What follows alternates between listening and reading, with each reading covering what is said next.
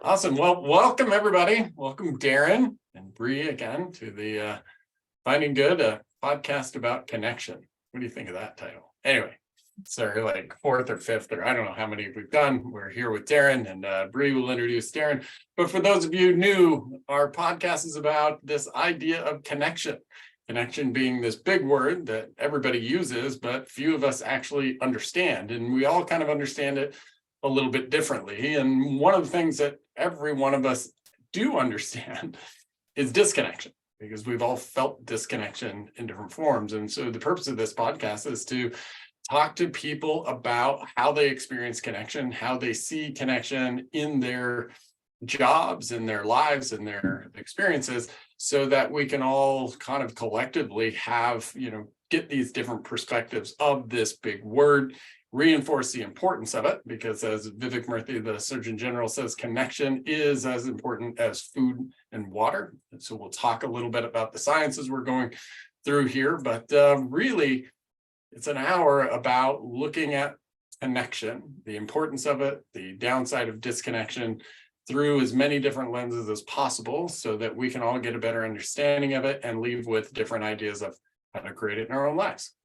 Yeah, how'd I do, Bree? Fabulous. Dialing it in. All right, so Bree, go ahead and introduce. Yes, absolutely. So today we're chatting with Darrin Lyle in Boise, Idaho. And Darrin's been in the Boise community since 1988, when he started playing football with, with Boise State. Now he serves as the sales team lead for Fidelity National Title, and he's been with that company for 12 years, over 20 years with experience in the industry. And really digging his Boise community here. So I think we're going to hear maybe a little bit about that today, and how connection ties in with that community. So yes, 100%. Yeah. So Darrin, we kind of like to start, just for framing for everybody, is like, give us a little idea of what you do, and then where connection maybe plays into what you do, and then we'll kind of dive in from there. The funny thing with that whole, intro, or even what I do, is I'm a jack of all trades, master of none. I have so many hats that I wear. But technical terms, I am a sales team lead for Fidelity National Title. And if you want to say it's business development, my job is to build relationships, build connections, if you will, with lenders, real estate agents, developers, builders, anybody that's dealing in title insurance.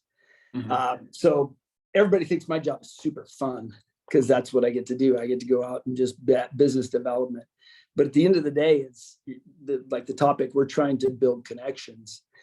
And that's important, because you actually have to talk to people. You have to be in front of people all the time. You got to understand people. So, but in essence, I'm a sales guy through and through. And you hear the word sales, everybody goes, "Oh, a sales guy, I don't want to talk to him." So I'm curious, like, that talking to people, like, what's the difference between, like, from your perspective, like, because I know as a sales manager, you also teach, right? Like, you have to teach about building relationship. Like, how do you delineate, like, the difference between, and maybe even, like, tell me how you learn to delineate the difference between, like, just talking to someone as a salesperson and this building relationship or connection piece. Like, where do they overlap, but also where do they maybe? Well, the hard part is it's not even really a blurred line. It's just what you do natural. When you're talking to somebody, you're interested in them. You're trying to find out a little bit more about who they are, what their goals are, what their aspirations, what their family's like. You just want to know more about that person, right? But the sales side of it is there's always one side. There's always transactional. You're trying to achieve something. You got a goal to get an order or a deal, or make a sale. But that's the hard part, is how do you articulate that? There's ways of putting it into context of. We have scripts, we do all this other stuff, and that's fine, because that works. But you really need to, these are human beings. We're talking to human beings. You got to be kind, be understanding, be there to really, be compassionate about that person. People can feel it. when you're just salesy, or if you're truly a genuine human being. So to your question is, how do you articulate that to other people? Because I don't want them to think they have to be me, or this is the right way to do it. But I've got to give them a sense of, there is a way to do it correctly, and then add your own flavor. If that makes sense. Does that make sense? So that connection piece in there, I want them to bring their own flavor to it, but there's ways of doing it, in my opinion. Correct me. So I get hung up on words sometimes. I got hung up really early on when you said you were talking about well, there's a side of you ask people about who they are and what they do, and you said what everybody does naturally. And my very compulsive kind of brain says, nope, not everybody does that naturally. I can tell you, I can rattle off 5 people, including myself, that that I have to remember. Oh yeah, probably maybe why I built the whole transformational listening thing. But the idea of that genuine interest is what I heard, right? Yeah. Understand who they are. Is that something that you've always had? Is that something that you've had to develop?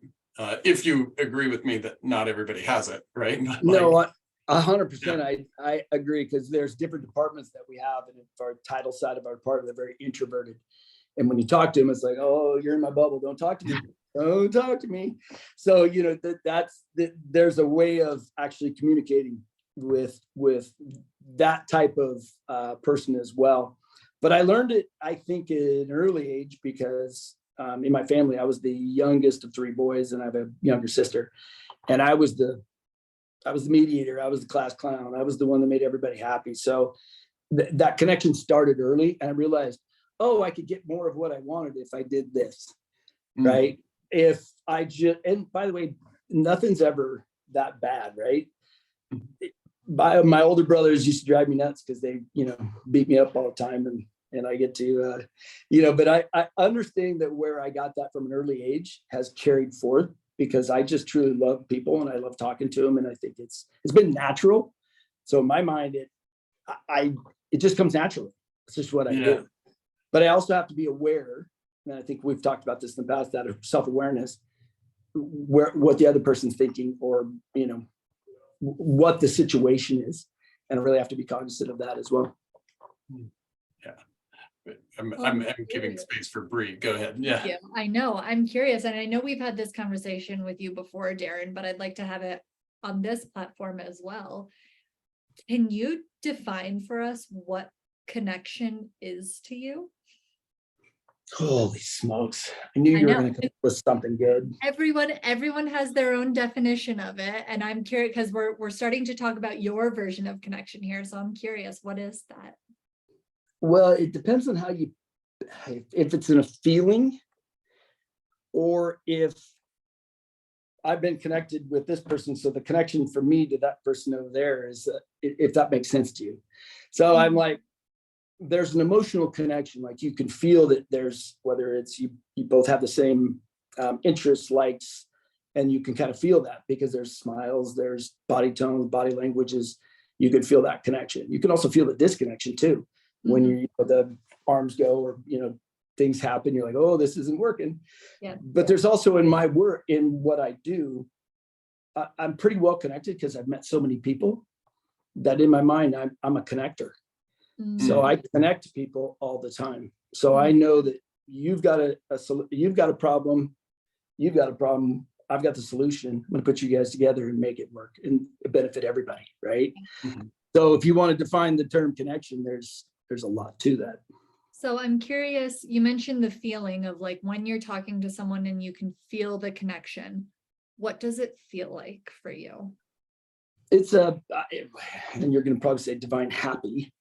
It's this, feeling that just, you've been here before. Yeah, I was going to say, you've done this, but it's just a, oh my gosh, it's a smile. It's just that, it's a warm feeling. It's just, that, because you can see it from the other side. You can see it from the person, how that, whether it is a small smile, whether it's something through their body language or tone, but that feeling is just, better than a disconnection. Man, it's like, I want to really define this, because I know Brian's back here going, what's the clinical term for that? I don't know, dude. I don't know.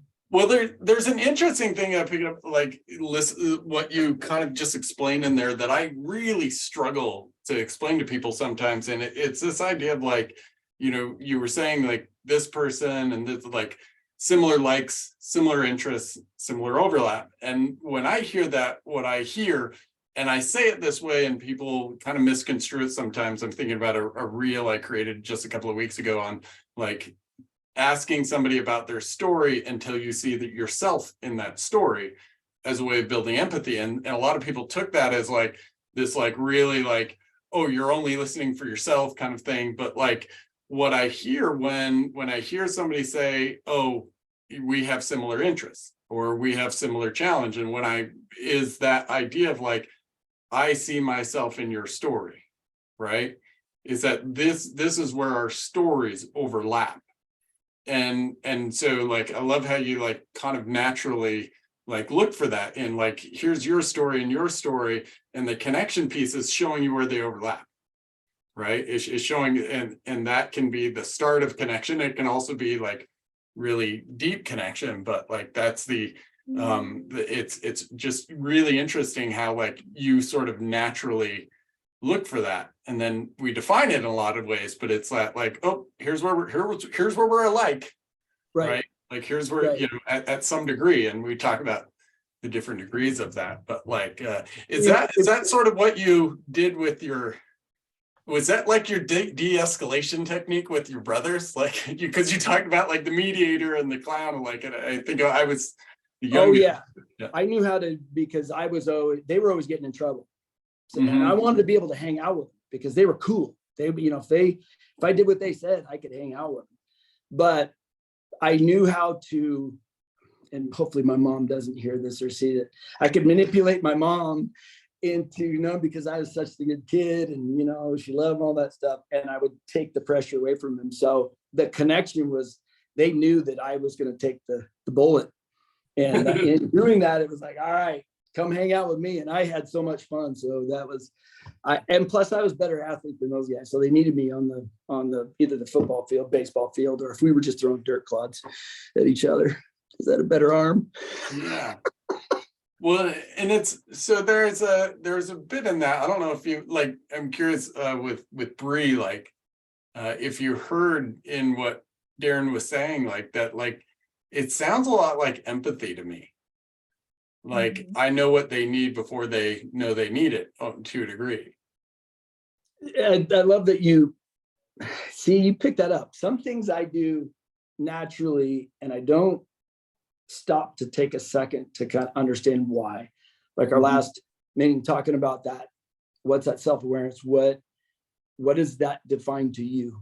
What does that mean to you? So what is empathy? You could have a clinical term, but what does that mean to Darrin, right? How does that look?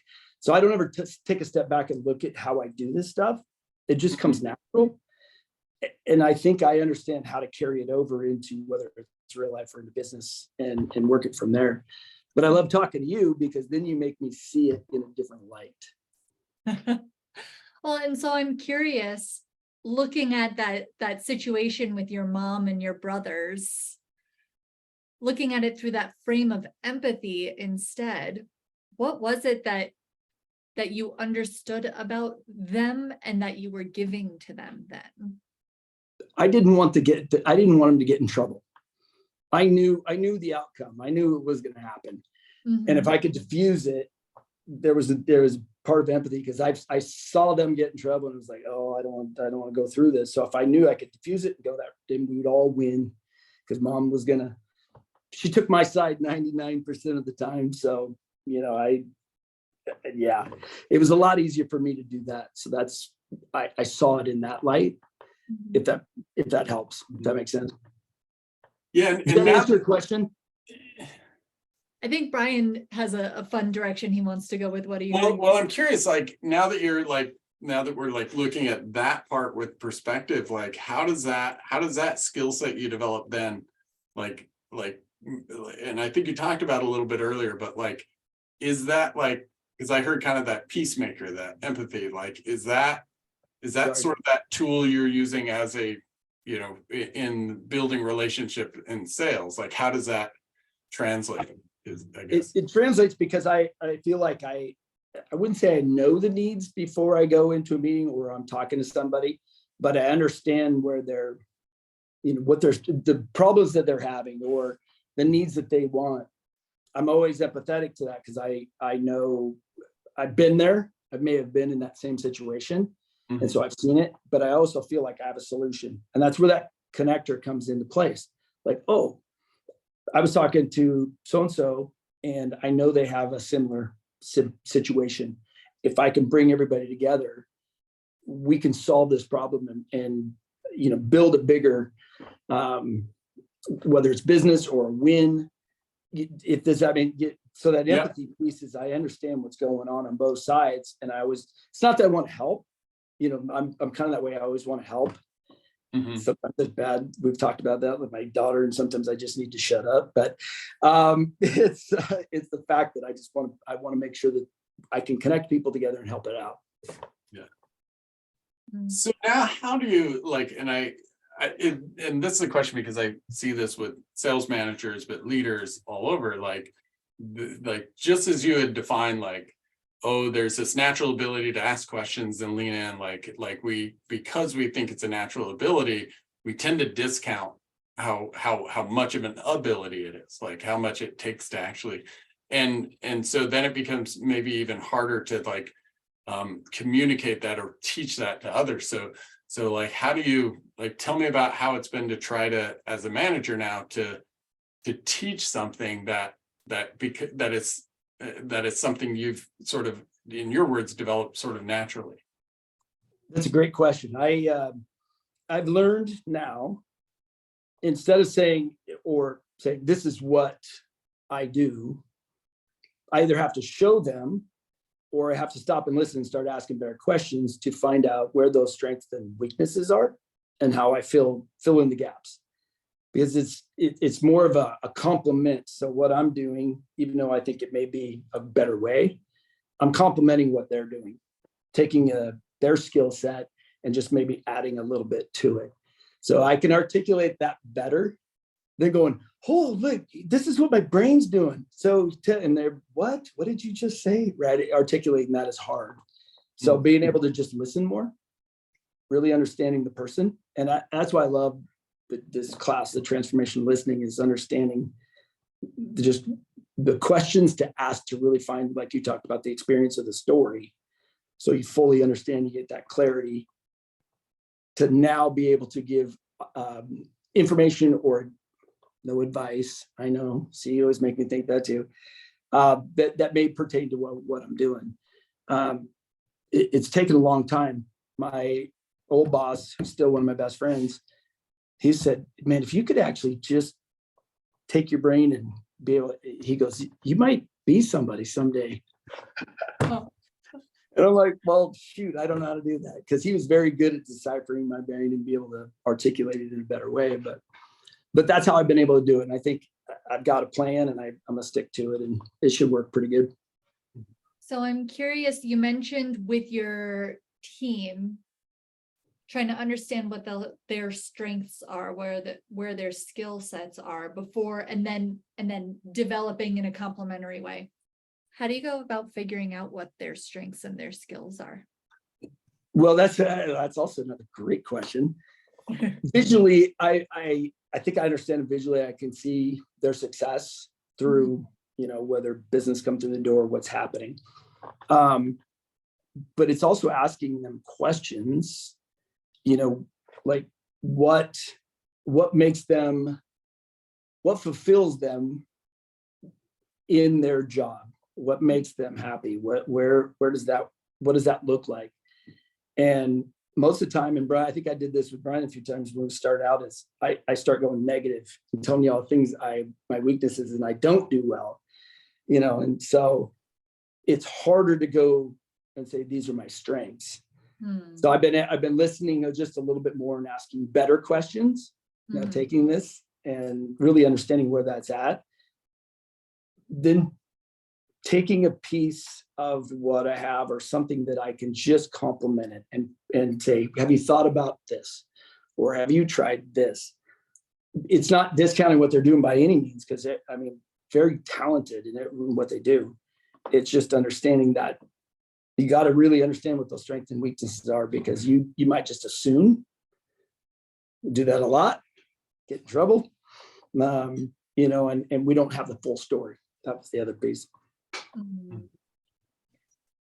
Whenever I hear that like balance of like understand your strength. Did you have another question, Bree? Did I jump? Nope, go for it. Okay. The idea of like understanding your strengths and weaknesses, I feel like as individuals, we tend to be, majority of people, broad brush here, like pretty good at understanding our weaknesses, right? Like what have you done to be able to like really be able to own your own strengths? And I ask this given that you're in this position of helping other people like identify theirs. So like, how do you do that for yourself, or maybe that's you do that with someone else, or like what has been your process to be able to own this, if you will, natural ability? It took a long time. I think up until even now, it's probably been about a year. People always tell you, that, oh man, you're so good at that though. You're so good at that, or you do this well, or you do this well. And I've never been one to like the spotlight on me. So I'm always like, I try to defer that. No, it's a team effort, which it is, but I don't want any part of that. And I always leaned on other people. You surround yourself by, great people. And I would lean on them to kind of take over my deficiencies or just deflect my, whether successes or how you would think of me. But it literally recently, my best friend, his name's Phil Archer, he actually just left as a county manager in Vancouver, Washington. And he was kind of my go-to, and it was a comfort. And as soon as he left, it was like, oh, crud. I got to figure this out on my own. I got to start understanding what I'm weak at, and then just hitting it head on. Like, get out of your own way. You've got to take this on. So I really recognized it. It wasn't too long ago. I mean, I always knew there was something there. I mean, obviously, business coming through the door, scoreboards don't lie, those type of things. But at the end of the day, if you truly don't believe in yourself, it's still, you're only going to get to hear. So just recently, I was able to I got to take this on. I hate getting in front of people and talking. I mean, just even doing this almost gives me anxiety. So that's where I kind of learned it. And I had to say, you know what? I will make mistakes. And I'll own it. It's okay. It's okay to make mistakes. Nobody's going to laugh at me. And even if you do, it's okay. I can laugh at myself. But so I'm curious, because Darrin, you didn't totally answer Brian's question where he said, how did you start owning your strengths? And then you started talking about your weaknesses, which is what we do as humans. Just going to own that real quick. We do that, of talking about what our weaknesses are. So what's that tie-in for you of recognizing your weaknesses and identifying your strengths? oh, well, you got to confuse things, Bree. That's why there's two of us here. There's no escape. I know. Yeah.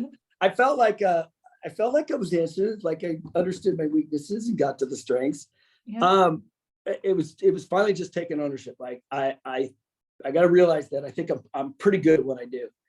So what I'm doing is not just discounting it. And it's also, it's like a resume where, I don't want, my mom always said, actions speak louder than words. Well, in this case, you've got to actually own that and say, here's my stats, here's what I do, here's why I'm successful. So people will take even whether more serious or understand that you're in a position, whether of authority or, in a leadership position. You got to start expressing that. So I realized, well, crap, now I actually got to say it. So that is where I owned it and said, okay, don't tread lightly and push away and push the spotlight, take spotlight, and it's fine. Let's do this. And then that way I can just, I know exactly what I'm strong at and I know exactly what I'm weak at. then I can enhance from there and build. Did that answer it? It's getting closer. Yeah. I do have a question, Darrin, though, because it just kind of jumped into me as you were talking about like this person that left, that you said this was one of your best friend at the organization. Is that when you had successes while that person, is that, I'm just, it's an assumption I have, I want to check. Is that the person you went to first when like things went good? Oh, 1,000%. Yes. Yeah. Like why? Like, tell me, like, how did that look? What did those interactions look like? It was what stemmed back from, I've known him for so long and we've been through so much that I owe him a lot of like, thank you, gratitude for helping me find my way and be successful. And I think he would say the same thing about me, but it was just, dude, hey, I just got to tell you this. Here's what I just did, blah, blah. And I didn't need you to be there. I did it on my own. That's how it kind of worked. That's how it worked out. Yeah. And so, yes, I could lean on him all the time, but it was like, I just wanted to say, I did it. Look at me now. Yeah. And so you have this person to share it with, and then that person leaves. And now you're faced with this, like, so to me, it sounds like I own the thing, but I had this comfortable relationship to express it, right? I could talk about it here.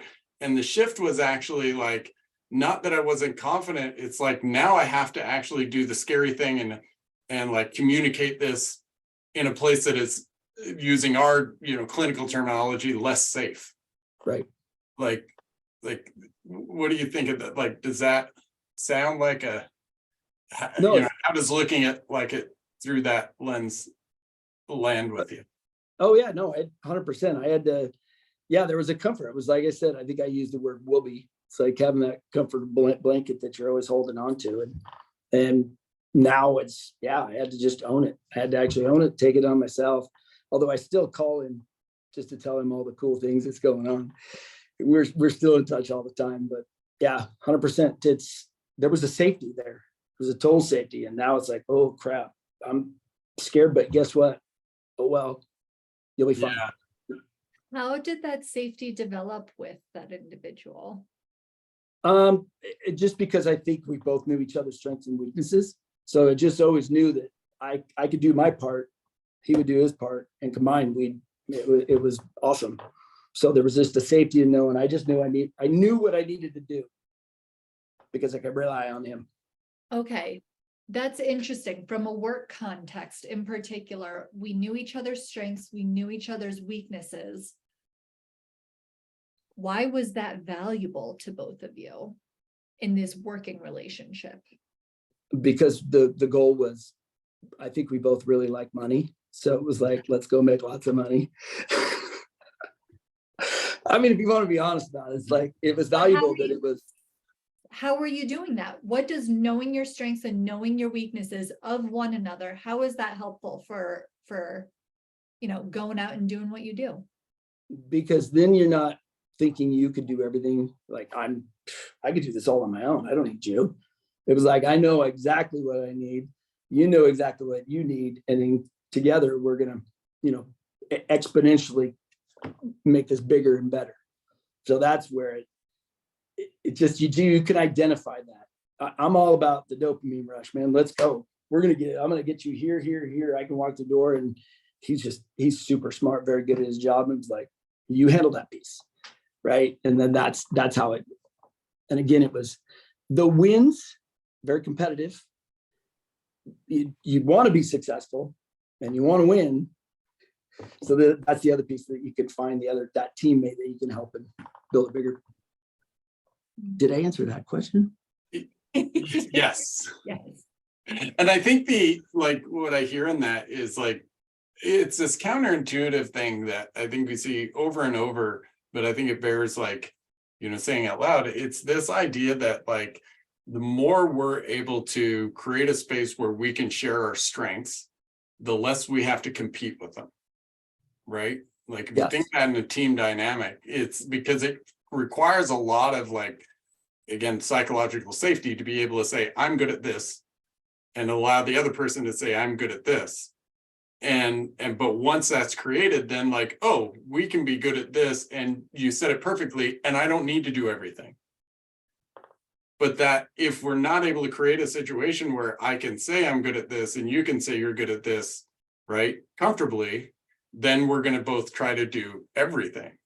And, and that's that like interesting piece of like why we need someone else to pull our strengths out. Because if I just go to that person and say, hey, you, I'm good at this and this and this, I'm not like, then that's competitive.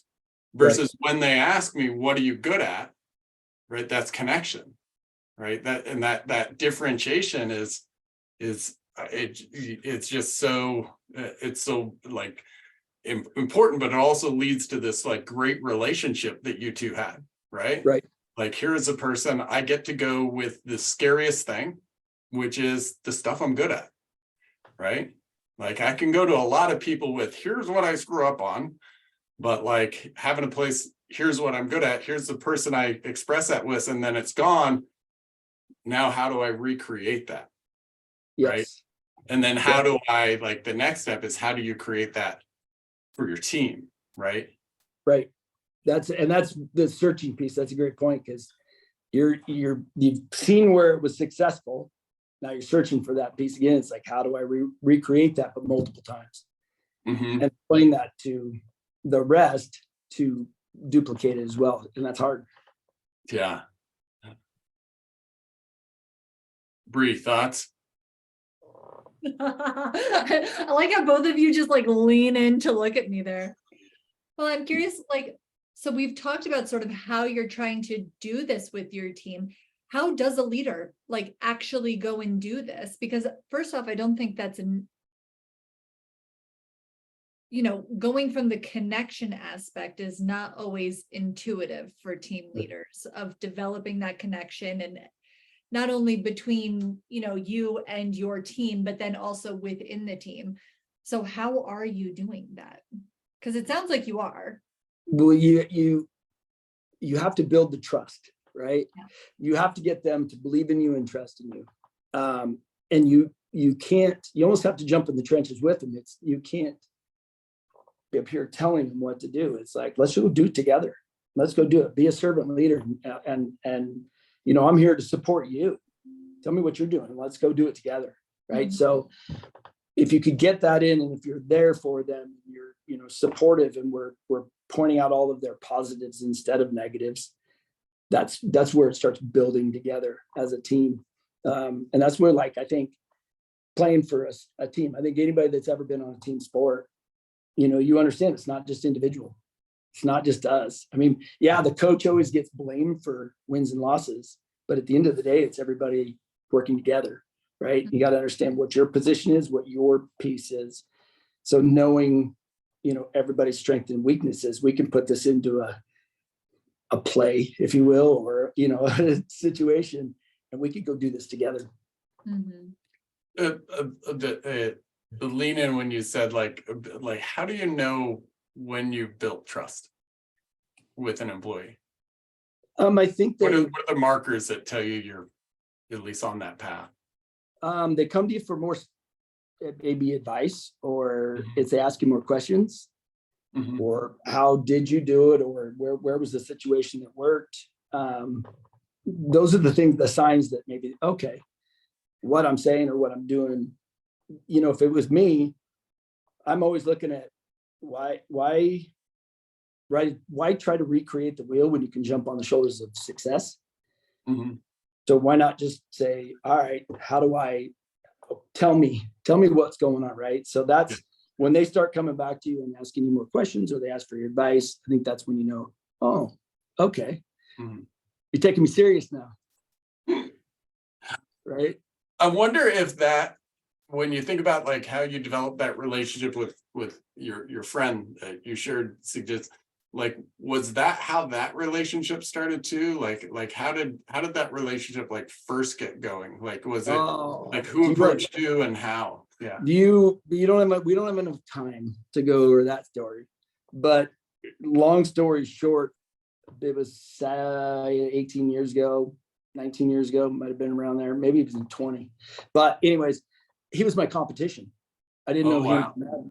I happened to be just starting 2 weeks in the job of this industry with some of my clients, and he shows up.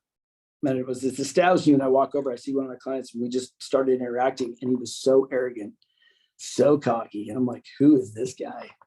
Can't stand. And anyways, if he sees this or hears it, he'd love to call and go, that's not how it went, but it did. Because he's, in my opinion, one of the most intelligent people I know, besides you, Brian. Bree as well. But he just treated me like I was just this, like, who are you? Go away. You're just a little marketer, a little sales guy. You don't know anything. And that was the day I was like, I hate this guy. I never want to be around him. I never want to work with him. I hope we never see each other. And needless to say, I left the company I was at about a year and a half later, started up with the company. I think a year in, they go, hey, just want to let you know, we're hiring a film. And I'm like, I'm out. I'm quitting. No way. And you don't know a person until you truly get to know them and really understand that person. And when that happened, our connection was like immediate. We knew exactly what was going on, and we were two peas in a pod, and we killed it. But that was back in 2006, 7, 8, when everything was awesome. And then like 2009, it just poof. And that's when you talk about disconnection, we split, and it was like, oh crud, how does this happen, right? And that was, I'm taking this into the next step. We were out of the business for a little bit, got back in. I saw he was at a competitor. We recruited him over, and then it was just game on. But we learned a lot more from what our mistakes were, what we did, and we took it to a whole different level. But that first initial meeting was like, dude, I can't stand you.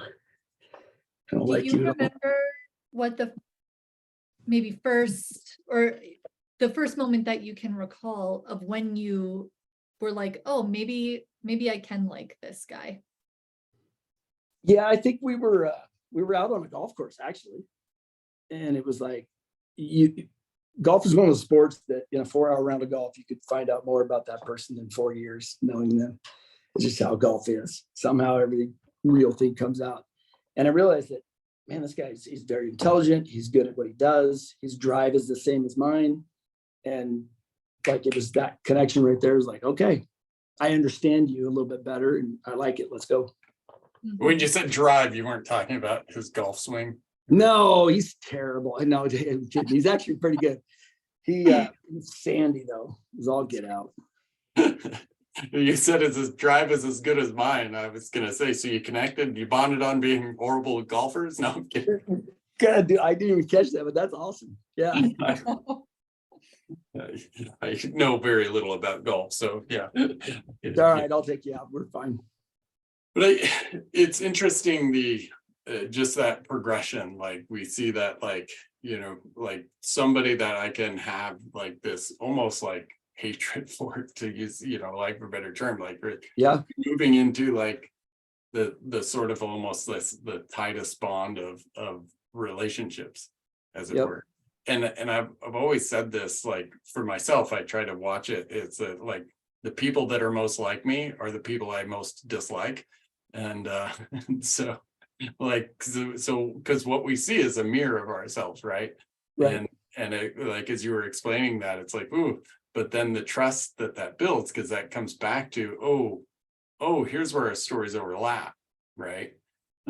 Because I know for me, when I see somebody like myself, what I'm seeing is the parts of myself that I'm not super happy about, right? Like, I'm not like that person, and my wife will be like, you're kind of exactly like that person, you know what I mean? But and just understanding, like, I'm actually focused on this part of the person, and then almost this like forced interaction. Oh, we're actually very similar here, right? Like, and that being that piece where kind of connection happens, right? Yeah. Nice. And I'm curious a little bit more about that, of tying this back into the people that you serve. Yeah. the folks that you're interacting with, how is it when, it's wonderful within a team to develop those kind of relationships and recognize each other and see where we're coming from, what our needs are, where things are going well, where they're not going well, and improve on those. How do you do that with the people that you're working with as well, or the people that you're serving through the work that you do? I think first and foremost, you gotta like the people. I mean, that's a huge part of that. Everybody wants to, I mean, if we're with each other a long time in a day, you gotta like the person first, right? I mean, even if you don't, you can still work around it, but that makes a big difference. So it's a lot easier to convert. It's a lot easier to talk to these people and build that trust from there. I mean, I can pick up the phone and call each one of them, and it's a different connection, or different relationship in how we have it, but it's all good.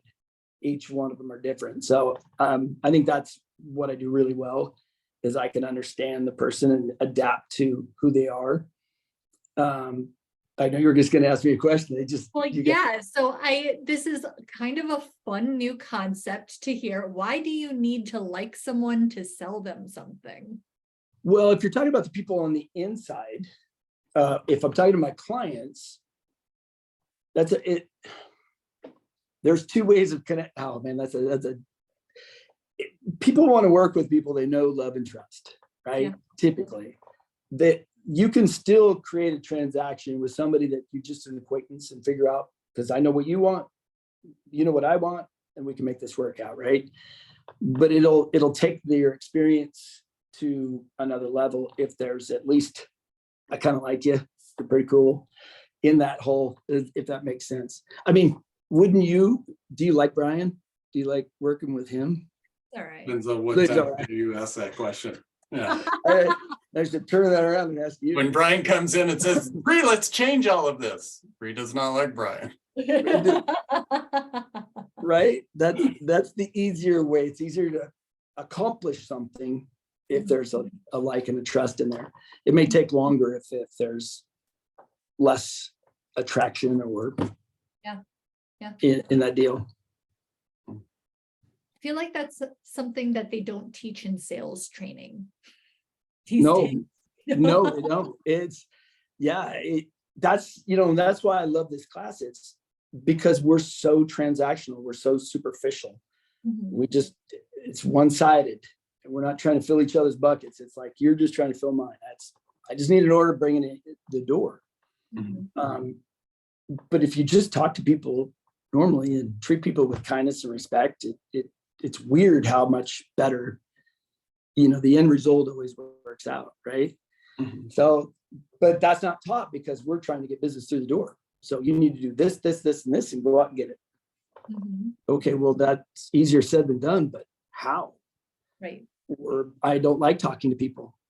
I don't want to pick up the phone and, cold call, or just because this is, there's ways of doing that too. But when did you first discover that, this is going to be, I don't know, maybe that you had discovered this. So, because it sounds like it's natural to you, of developing relationships with the people that you're, potential clients, people that you are selling to. How did you discover that by creating a real relationship with them, that was actually going to improve your business development? Yeah, no, that it started back years ago playing for Boise State, being here in Boise. That was always cool to have that kind of stigma behind you. You ultimately can meet people easier. And so it's kind of nice to, you start meeting more and more and more people. But when you finally meet that person you built a relationship with, the book, is it Raving Fans? They become raving fans. They start singing your praises. Then it becomes, now I'm talking to you, but you've just told 20 other people, and they need to talk to me or meet me. So it's a lot easier. So that the benefit of building those relationships in a way that's really deeper than what we're trying to achieve, because they know it's going to benefit them and it's benefit me. And I'm working smarter than not harder. Right. So you're out people just champion, they start singing your praises. It's that referral source, and everybody's like, hey, who do you know that, it's an electrician or whatever. If you've done a good job and you built a relationship, it's a lot easier. Hmm. And I'm making a connection between like earlier you talking about like, kind of naturally knowing what people need.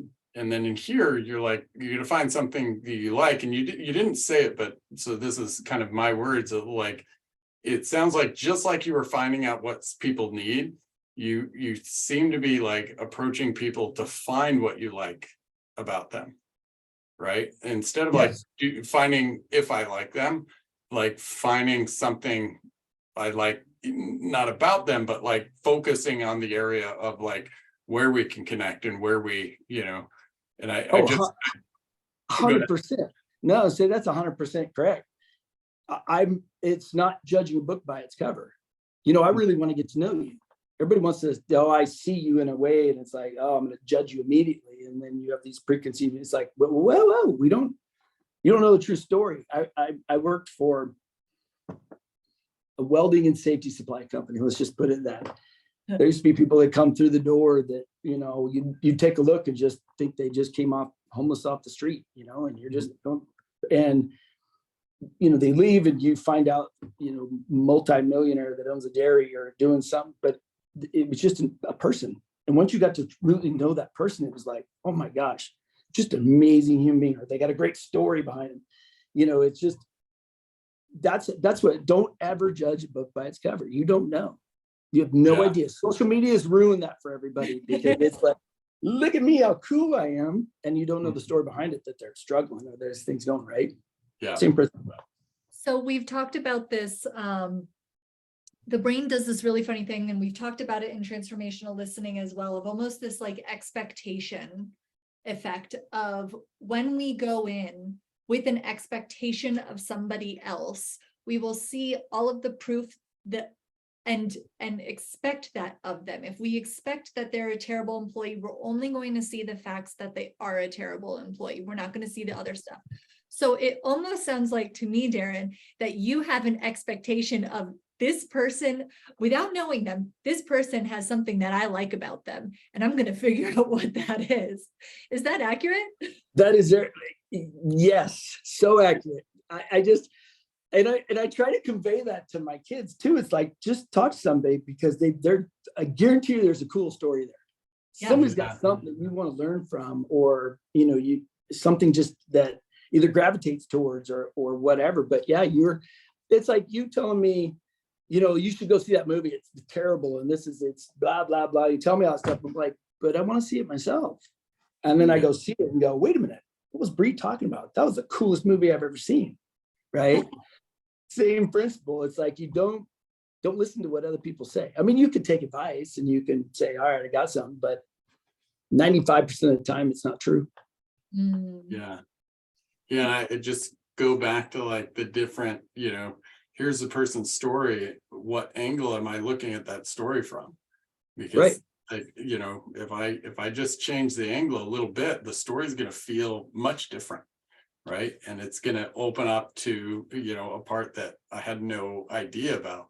Our brains tend to gravitate towards the negative part of the story, the part that makes me angry or frustrated or that. But like, then I look at the other side of the story and I get maybe where that anger and frustration came from. And that's, using that term I said before, that's where I see myself in it. And instead of seeing the person in their anger, I can see the person in their struggle, or in their right, and in what they're really trying to do. But I just, I found myself like kind of getting inspired when he said like Bree kind of outlined that, like, I'm going to prove myself right. Like, there's something about this person that I like. Right. Yeah. Like, as like a mantra, I feel like somebody's going to tattoo that on their, like, I'm finding something that I like about you. Like, what, and it could be, it's not even a personality trait. It could be just a physical attribute. Maybe they smile. You love being around that person because their smile's infectious and it's just cool. And that's positive and it makes you feel good, Why did you name your website findinggood.com? Oh, that's a big loaded question. Well, I know, but at the end of the day, it's like you're finding good in really what you're trying to achieve. And that's why I love this. The class that's kind of doing this is it's seeing, like you talked about, the sphere, a wiffle ball, and you're trying to look at it from different angles. That really opened up to me of seeing, oh yeah, that's what I'm trying to achieve. And and because somebody else asked it on a previous one and I evaded the answer too, I want to answer that more directly because I do get that question of finding good, but I think it's really relevant to this conversation because when you were talking about, this other person you shared all these successes with, like for me, that was always my dad. Like, oh, it's like he was more interested in like just whatever good was happening. And the company was actually named People Strength first. And I still own that like website. I love that name. But when he passed, it was actually, I couldn't sleep. I hadn't slept in a couple of days actually. And I was in the office at like, I think 2 a.m. and just kind of honestly struggling with this and figuring out what I wanted to do, even with the company. And I just remembered, I just had this idea, like I'm learning to do this and teaching people to do this, but I learned it from him. And I remember at 3 a.m, I wrote it on the window in dry erase marker, Finding Good. And the reason it was titled that way, because it was originally like we had thought like, oh, find the good. But that felt like telling somebody what to do. Right. Where finding good is like when I wear the hat, it's like, no, this is what I'm doing. You can do whatever you want, but this is what I'm doing. And I just hear that in how you're saying, like, I'm going to go, like, I'm going to go prove myself right. I'm going to go find something I like about this person. Like, this is what I'm doing. You do whatever the hell you want, but this is what I'm going to do. Right. So, yeah. I love that. I feel like that. Yeah. I could see, I just saw myself in your story because that truly was my mom. My mom's still with us, but she gave everybody a chance. She was always nice. My dad was mean old crotchety. I just loved him. He's still one of the coolest dudes ever, but he was just always so negative. And my mom was just found the good in people. And she could talk to a wall and that wall would like her after she walked away, but that's just how my mom was. So hearing your story was like, yeah, it just brings back memories of learning, just be nice to people. Yeah. Very. Yeah. Wow, what a journey. What a hell of a conversation. This is so we have it's a couple of closing kind of questions. We're not done yet, are we? This is fun. What's that? We're not done yet, are we? No. Yeah. So the one thing we like in these conversations, I think like we're exploring new ground, and that's the process of curiosity is like, okay, and we're seeing things through different perspectives. So I'm curious in the hour that we've had this conversation, like what's new or what are you going to take from this conversation that's new or you're looking at different or going to apply differently? Well, and I wanted to go back to when Bree asked the question, it was like, what is connection to you? I think taking that back and being able to define that a little bit better in what it means to me, because I see it 2 different ways. It's that emotional connection, it's that feeling of connection, but it's also being a connector and making connections for other people and allowing them to, that's something I want to teach people how to do that. It's just, you're taking 2 people and your match.com really is kind of what I feel like sometimes doing that, but you're making that connection for them. Where otherwise they would have never done that. So taking this away and being able to articulate that a little bit better just kind of was a little more of an eye-opener for me. Nice. Bree, what about you? What's your big?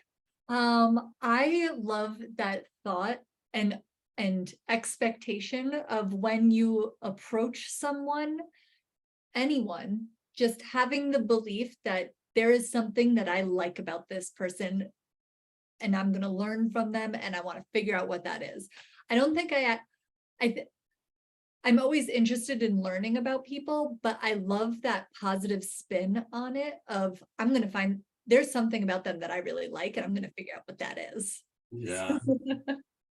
Yeah, I gotta say I'm the same in that. It's like almost like incorporating it because I'm always thinking like I would make a, like very purposeful about like I want to make sure we feel connected, whether it's a simple conversation or a big one that's part of developing this stuff, but it's the personal part of all of this is like, I feel better when that happens. And to have this like, oh, I'm going to find somebody out, something I like about them, especially because I know I'm bad at this when I'm going into situations where I have some predetermined thoughts about people, right? Like that, like making that, like I kind of heard that and I'm like, that sounds like a good challenge right there. Yeah. Like, go find something you like. Yeah. That is what there's just a quick story. There's a gentleman, he's a real estate agent. He's probably in his 70s now. I'd say his name, but I won't. But when I first got in this business, people were like, oh my gosh, do not go near him. He's so mean. He's the crash, blah, blah, blah. And I'm like, what? I'm gonna have to go meet this dude. So I went and met with him and we just had the best conversation. By the time I left, it was like, this guy's great. What are you guys talking about? So I just, like you said, going into the situation was like, tell me your story. What was going on? He was awesome. Yeah. You know, so you just can't judge. And I don't know, I hate bullies. And you always want to stand up for the one that's not in bullied because they're the one that sometimes you look at people and go, there's a story back there and we can help them out. I don't know. Darrin, I don't know what the word is, but you're the opposite of a bully. Well, I know I would never, it's not me. It's just, I don't. No, you weren't calling yourself one, but I'm defining it for, I don't know what the word is, but you are the opposite of a bully. Yeah. I'm going to take that as a compliment. Thank you, Bree. Yes. You're the kindness bully. Yeah. Well, Right? yeah. Well, so, you know, sometimes the Jedi mind tricks in there, but no. Yeah, that's good. And so last thing we just open up is that like, because we've peppered you with questions for an hour. If there's any questions you have that you want to throw out to us, that's kind of where we wrap the whole thing up. But yeah, I think I'm good. I think this was fun. Like I said, I came in, I'm always anxious about what I'm going to say because there's no filter here. It just comes out. And just thank you both for allowing me to come on here. I truly appreciate both of you and just you're amazing individuals. And I'm so glad I am blessed that I've got to know you both. So it's been kind of cool. Yeah, same here, 100%. This was a lot of fun for me, Bree. Oh, totally. Yeah. Thank you so much, Darrin. My pleasure. Yeah. I will see more and invite me back on something else. This is so much fun. Yeah. Sounds good. All right. Take care.